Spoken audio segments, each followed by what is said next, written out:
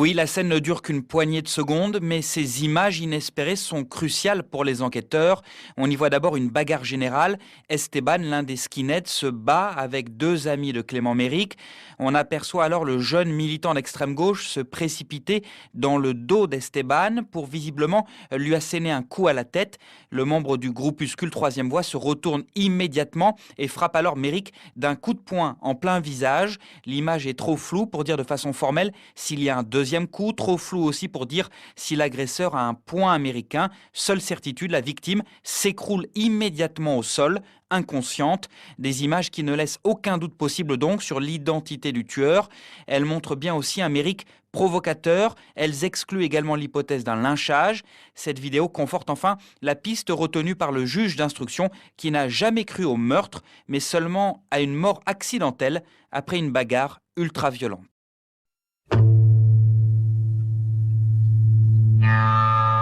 Agir à cette agression avec Clémentine Autain qui est notre invitée. Bonjour, merci d'être venue sur l'antenne d'ITélé. Je rappelle que vous êtes membre de la coordination du Front de Gauche. Tout d'abord, on va revenir donc sur ce drame qui s'est joué hier soir.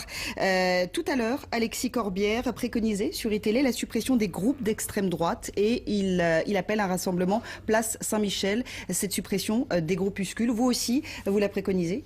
Oui, d'abord, je voudrais dire à quel point je me suis réveillée ce matin assommée par cette information. Je suis révoltée, tout simplement qu'à Paris, aujourd'hui, en 2013, un jeune de 19 ans puisse être assassiné de façon relativement préméditée, en plus, puisqu'il se trouve quand même que les groupes avaient préparé le passage à tabac de Clément. Oui, puisqu'il l'attendait devant un magasin. Voilà. Elle montre bien aussi un Méric provocateur. Elles excluent également l'hypothèse d'un lynchage. À aucun moment, il n'y a eu récupération politique, ni de la part de l'UMP, ni de la part du Parti socialiste, ni de la part... Bien sûr que oui. Ah, monsieur Bourdin, c'est un fait politique. Arrêtez vos salades. Voilà. Alors, arrêtez vos salades. L'émoi est tel que le président de la République, qui vient d'arriver au Japon pour une visite officielle, a tenu à prendre la parole. Sa condamnation est sans appel. On l'écoute. Tous les éléments conduisent à penser que c'est un groupe de skinheads, sans doute avec un motif politique. La condamnation est la plus ferme qui soit. Et ces groupes qui, depuis trop longtemps, créent le désordre, doivent être réprimés. Maintenant, je vous le dis, l'enquête est en cours et n'allons pas plus vite. Et faisons en sorte de ne pas créer un climat qui est déjà trop lourd. Depuis ce matin, la controverse politique ne cesse de prendre de l'ampleur. On a entendu Manuel Valls dénoncer une violence qui porte la marque de l'extrême droite. L'émotion est très forte aussi à l'UMP. Jean-François Copé parle d'une agression barbare. Les sénateurs dénoncent unanimement un assassinat abominable. Marine Le Pen, elle se défend de tout amalgame avec le Front National. La mort d'un jeune homme, c'est un drame, mais la mort d'un jeune homme sur un motif qui semble être un motif politique, à la suite d'une rixe qui prend son origine dans des motifs politiques, c'est une horreur. Et c'est une horreur vis-à-vis de laquelle, face à laquelle, il importe que toutes les forces démocratiques et républicaines se rassemblent.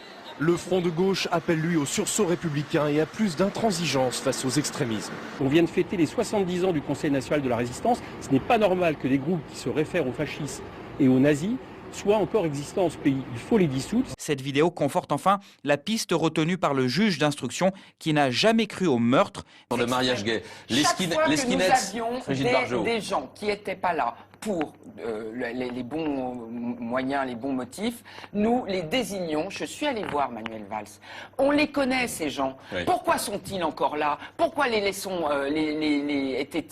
laissés approcher de nos manifestations? Et pourquoi est-ce qu'on les a laissés ensuite? C'est un jeu délétère du pouvoir. La gauche a toujours fait ça, de faire monter l'extrême droite. Je suis désolé, M. Mitterrand avait déjà fait ça en son temps. Eh bien, aujourd'hui, c'est dramatique. Mais il y a un combat idéologique entre l'extrême gauche et l'extrême droite. Ce jeune homme était un antifasciste. Ils étaient dans le même magasin pour acheter des chaussures et ils sont tapés dessus. Et c'est désolant parce que ce jeune homme a aussi provoqué. Il a provoqué. Mais vous y étiez. Mais qu'est-ce que vous en savez? Vous étiez? Mais parce que ça a été. Mais par qui? Dans le monde, je l'ai vu dans le monde. Excusez-moi, vous êtes en train de sortir les déclarations de M. Ayoub, par exemple, le chef d'un de ces groupuscules, qui prétend que ce groupuscule n'est pas engagé et qui décrit sa version des faits. Je ne sais pas qui est M. Ayoub, je dis qu'il était dans le même magasin pour s'acheter les mêmes affaires. Vous n'étiez pas là, ça n'est pas l'enquête de police.